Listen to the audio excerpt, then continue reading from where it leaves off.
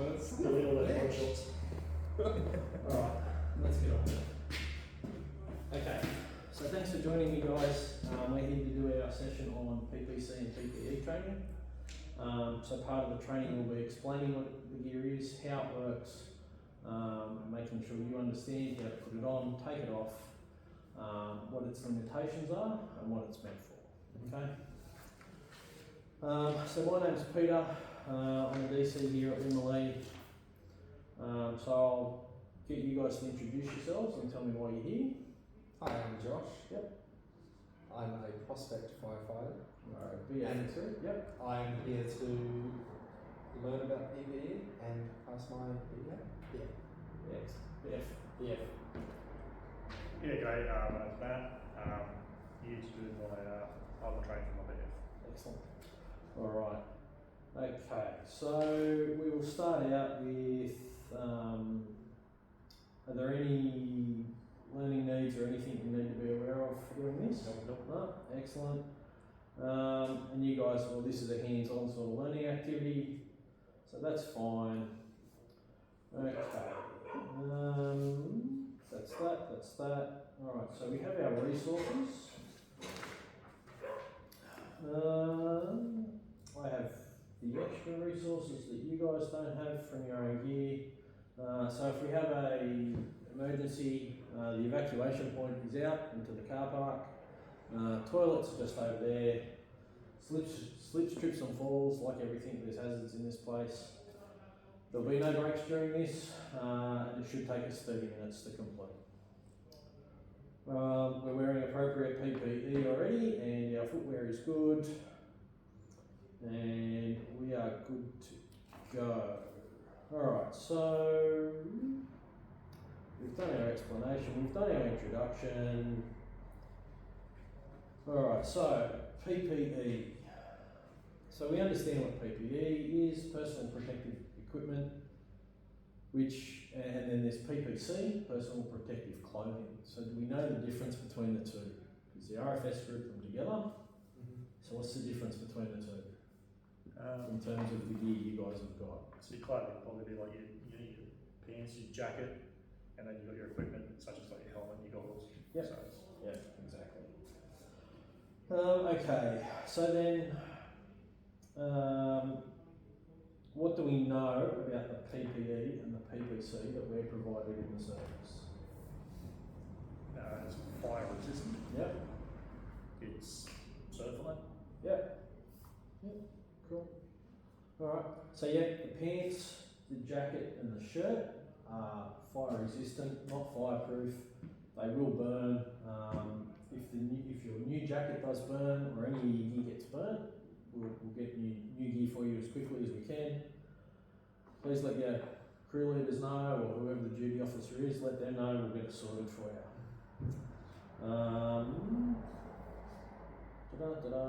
Okay, so we'll go through what PPC we have. So you guys have both got the jackets. So you have the old style jacket, so if you want to just grab them, have a look at them. So you have the old style jacket. They are considerably heavier and thicker than the new style jacket. And this is the jacket in between, or after that one, and then there is now another one, which is just being released. So as you'll see, there's a wide collar, so it comes up, when you put it on, you can pull the collar up. Plenty of pockets on it, for all the gear you want to carry, water bottles, whatever. Alright, so to don the jacket, it's just like any other jacket. Just put it on, however you do it, whatever works for you. One thing you'll need to be mindful of, you may need to do this in a truck, so you get to learn to do it in a very confined space. So your jackets are done up with press studs. Alright, so in the event, or when you're in front of a fire, make sure all your press studs are done up. And once you get qualified, you'll have a jacket like mine with a zipper. So mine just got washed. So you do up all your press studs. When you're in front of the fire and your studs are all done up, the next thing is your collar. So your collar should go up and come around under your neck. And they are a massive collar on those. Alright. Yeah, almost like a bomb disposal jacket. Alright, so again, it gives you lots of protection. This forms part of the outer layer of protection. So you need the jacket and the pants is an absolute bare minimum. The yellow shirt adds another layer of protection. What else have we got? Loops for radios, so you can clip your mics on. Tons of pockets. Radio pockets here on the sides. You may have them, you may not. Yep, those jackets are actually vented, which is a bit of a bonus. Alright, the little tabs down the bottom. Little drawstrings to pull it tight. I'm not sure why you want to pull it tight, but it's there, I suppose, if you've got embers blowing up the back of your jacket. Okay, so that's that. Yep, collar's done up, lots of Velcro. Okay, it's the idea of it coming right up around your neck is radiant heat protection. Okay, and you'll know when you're standing close enough to a fire, you'll know when you want that protection. So taking the jacket off is just like taking your jacket off. There's nothing special about this gear in terms of putting it on, taking it off. Alright, so that's the jacket. Look after it like any other piece of clothing.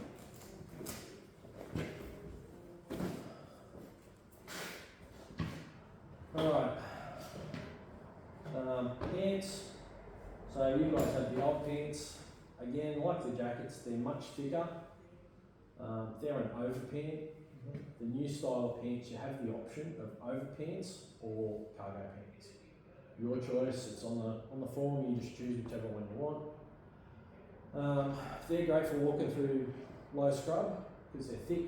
Things don't go through them. These not so great. They're thin. They're nice and light, and they dry really fast. But every little spike goes through them. You end up looking like you've been raped. It's just painful. Pockets again, Velcro on the bottom. You guys have got the press studs, so you can tighten them up around your boots. Again, it's good if there's lots of embers blowing around or you're walking in scrub where there's probably leeches. They're good to do up if you feel the need. Again, fire resistant, not fireproof. If they get damaged, torn, ripped, burnt, whatever, you can just let someone know and we'll get them replaced. You'll be issued with one of these shirts with your new uniform. It's just a long sleeve shirt, again fire retardant, not fireproof, nothing special about it, long sleeves, that's it. Care of this gear, of your shirt, pants and jacket, just wash them, no fabric softener when you wash them. The fabric softener degrades the chemical that's added to the fabric to give it the fire retardant compound. So yeah, just straight cold wash if you want, that's it, hang it out to dry, good to go. I generally wash it twice, because once gets all the big crap out, second time gets all the small stuff out. Next in the list will be gloves. Actually, no, that's, oh yeah, because that's, they're equipment. It won't be gloves. It'll be a flash hood. So flash hood, you guys don't have flash hoods yet. You will have once you're qualified.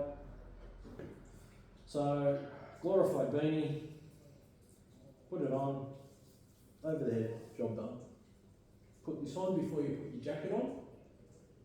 Put your jacket on, do it up around there, put your helmet on over the top. Need to carry these with you all the time.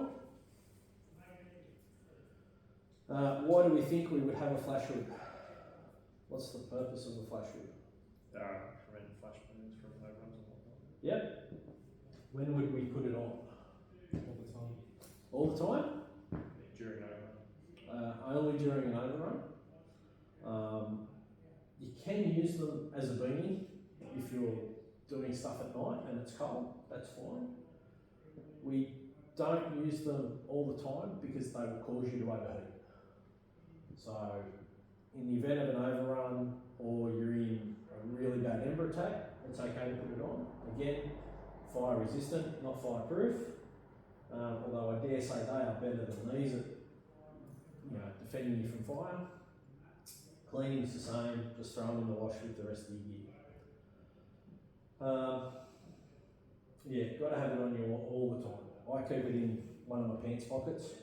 It's just out of the way, it's always there, I don't have to worry about it. Okay, boots. So you'll be issued with steel cap boots like these. These are wildfire boots. Actually, these are Village 2 boots. Because we're a Village 2 brigade and we may be going into structure fires, these are rated to be inside a structure that's on fire. Wildfire boots aren't rated to be indoors. That's all, or inside a structure. Care of these, just keep them clean like any good leather work boot. Steel cap. Polish them, surprisingly, polish them. Helps keep them waterproof, helps keep them soft. They are a pretty strong boot, so and pretty hard leather, so you want to try and keep them as soft as you can. So that's boots. There's a zipper on them. You can use the zipper if you want, otherwise just straight lace up. What else have we got? So we'll move on to PPE. We'll go to our helmets.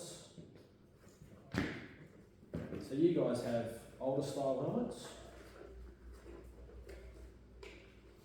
So let's have a look at what we've got. So we've got a visor. You may have a visor or you may not. You have a visor, you don't. What would we use the visor for? Making sure that foreign objects don't go in the right. Yep. Chainsaw, sort of tools used. Yep. General protection. General protection, yep. What else? Structural. No, these don't go indoors. Heat Different shields. helmet. Sorry? Heat shields. Heat shields, very much so. They are an excellent protection against radiant heat, and when we get you out to some fires, you'll really notice it. You don't realise until you're there that they actually do a very good job of keeping that bit of heat off your face. So with your collar right up and that down over your face, you're very well protected. Okay, goggles. So we've all got goggles. There's lots of different styles of goggles. Alright, looks green here, they're that good. Alright, there's different styles, different sizes. So when would we use our goggles? Smoky. Yeah, When there's embers flying around. yeah, Situations where you need eye protection. exactly. So why would goggles be used in a different situation to a face shield? Because it seals over the eyes. Yeah, exactly. Some goggles are better in smoke than others. These ones are okay, but they've got a couple of notches around the nose to allow them to ventilate, so they sort of lose their effect with smoke protection, but otherwise they are very good. Alright, moving on to the helmet and the neck flap. So why would we have a neck flap? Check the back of your neck. Yep. And your shirt. Yep. When would we use it? Yeah. Maybe around. Situation where fire at the back, sun. Yeah. Yep. Whenever you're feeling the need, whenever there's embers blowing around, again, it just gives you that next layer of protection. If fitted, you should have a chin strap. Some of the helmets do. Some people use them, some people don't. That's fine. All of the new helmets, the chin strap is incorporated into the design of the helmet. If you don't want to use it, you find out how to tuck it up out of the way. They're all adjustable. Right, so they all adjust to fit your head. Now, those helmets are the plastic, that's the ABS plastic. Alright. All helmets, and these ones are carbon fibre. All helmets, one good impact, and that's it. It's done. get another helmet. Very important because once they're hit, we don't know how strong they are, what their structural integrity is anymore. Okay, so that's that. We'll move on to gloves. So you've both got your gloves. So when would we, so leather gloves, standard issue, when would we use our gloves? Whenever you're doing something out the fly ground, tools, hoses. Yep. Clean. Yep. So what are we aiming to do with our gloves? Like what's the purpose of wearing them? Protect the hands. Yep, from Everything. everything, pretty much. Not just flies, all the sticks, stones, Yep. cuts, grazes, anything that can cause any injury. Yep. to the hand. I generally, if I'm walking through the bush, I'll just wear my gloves. Because you never know when you're going to fall over and find a tree that's really spiky or a rock that's a bit sharp. Basic care for these, throw them in the wash with the rest of your gear. But they'll wash up just fine, hang them out to dry. On a decent day, they'll be dry in a day. One other thing that I carry is a face mask. This one is a equivalent of a P2. So if you want to go and lash out $100 on a mask like this, that's all fine. I can wash this as many times as I want and reuse it. If you just want to carry a standard P2, that's entirely up to you. When would we need to use a P2 mask when we're out on the dry? Smoky. Yep. What else? Overruns. You could. Yeah, you could. Anything where there's smoke, dust, any sort of Yeah. anything in the air, Yeah. anything that could cause irritation or challenges breathing. Yep, that's it. You'll find that on fire grounds it'll be quite windy. It won't be the smoke that's annoying you, it'll be the dust blowing around. So there's no problem with wearing a mask. The thing about wearing a mask is it will make you overheat. So again, it's situational awareness. If someone comes up to you and says, hey, you're looking a bit red, why don't you take a seat and have a breather and get some water and take your mask off? Don't be offended by it. They're just doing their due diligence and making sure that they're looking after you. If your crew leader walks up to you and says, sit down and take your mask off, they probably can see what's going on. Alright? So I strongly recommend you get either something like this or just one of the flat fold P2s and put it in there. Okay, so we've gone through that gear, gone off. Alright, use task breaker.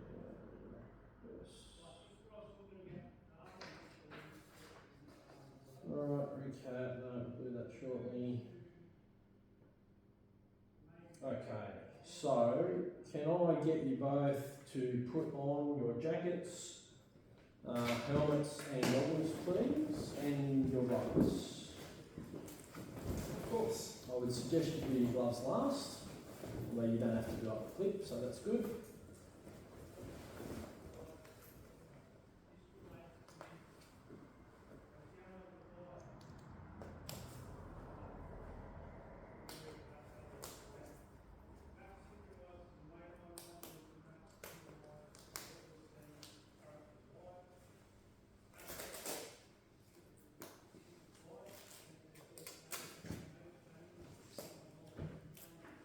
You might find it easy to put your goggles on before your helmet. We've all done it, don't worry. It's worth a try. See if we can make it. It's worth a try.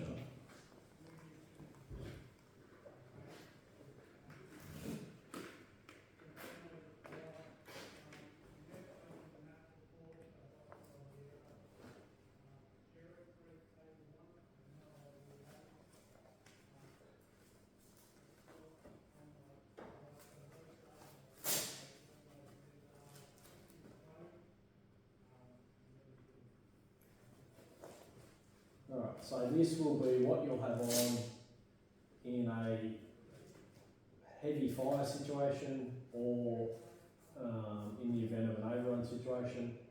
you'll have this on in the back of the truck. Alright, it's nice and warm, and it's not even that hot tonight. So, yeah, this will give you excellent protection from radiant heat,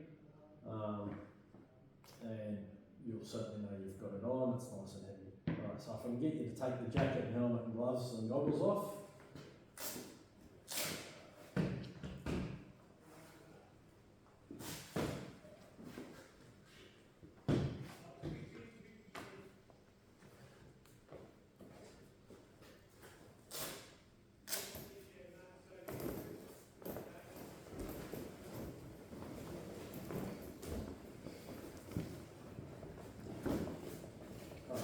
It's a good practice after each fire you go to or each job you go to just give you gear.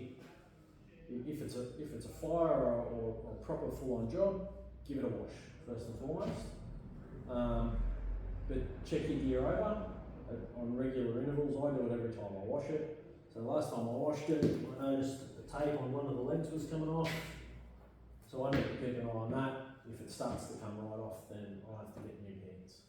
I know this shirt's getting a bit old. I suspect this is my first shirt, not my last shirt.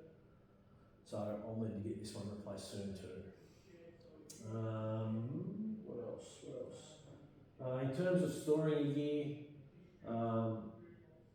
if you're going to keep it in a bag, like I keep mine in a bag in the back of my car. If you're going to keep it at home, make sure the bag's open and it's in a ventilated cupboard. You don't want mould and all the rest of the crap growing on the gear. If it does, you need to wash it with vinegar and all the sort of stuff you're going to use to get the mould. Also be mindful of foreign objects in your gear, and even creepy crawlies, spiders, bugs, whatever. You can store it here at the station if you want. As you can see, there's guys with bags moving full of gear. We've had pest control come through the last 2 years, and both times said we've got a high number of spiders here. So all these guys, when they pull their gear out, you've got to check it all for spiders. Your call if you want to keep it here or not. I don't. I'd rather have it in my car. And also, when you finish your job, just make sure that there's nothing sticking in you, like twigs and branches and stuff that are going to dig into you later on. That's that. Alright. Anything you lose on the fire ground or at training or whatever, lost, damaged, just report it to your crew leader or your duty officer. Doesn't matter if you're at fault or not, it'll get replaced at no charge to you guys. You never pay for your gear. Okay, so that's that. In terms of what you wear under the gear, as much cotton as you can. For you guys it doesn't matter so much. Ladies find it a bit of a problem with a lot of the nylon and spandex in their clothes. It gets near the heat and it shrinks, and I've heard some really cool stories. Glad it's not me. But yeah, as much cotton as you can, cotton or wool socks. Because standing near a fire, you don't realise how hot a fire is until you're that far away from it, and you can feel your socks constricting around your feet. Alright, I think that's it. We've done all the on and off. Okay.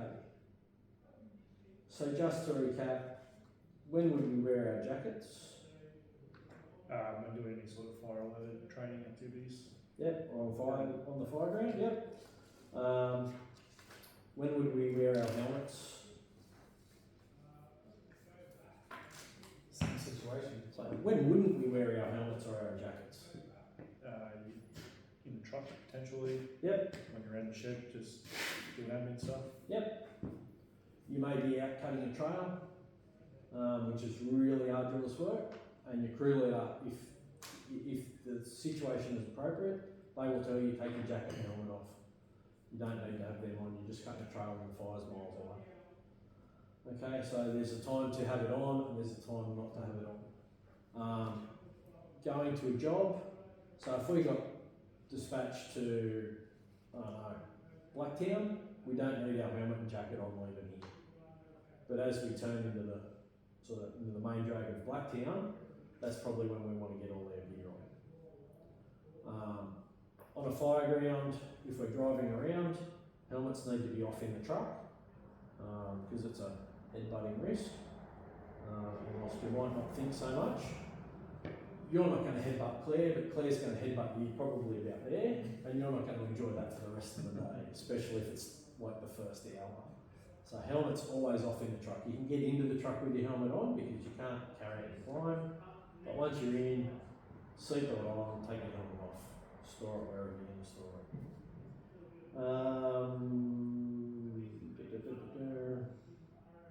So what's another use or another reason to wear our jackets and we're not at a fire?